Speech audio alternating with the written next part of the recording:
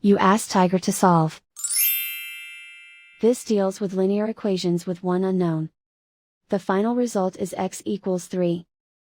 Let's solve it step by step. Simplify the expression.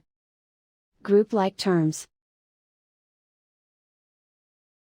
Simplify the arithmetic. Group all constants on the right side of the equation. Add 21 to both sides. Simplify the arithmetic.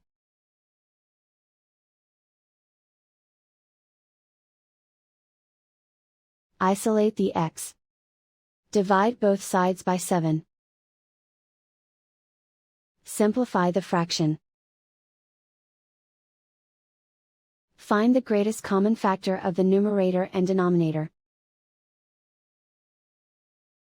Factor out and cancel the greatest common factor. And so the final result is x equals 3.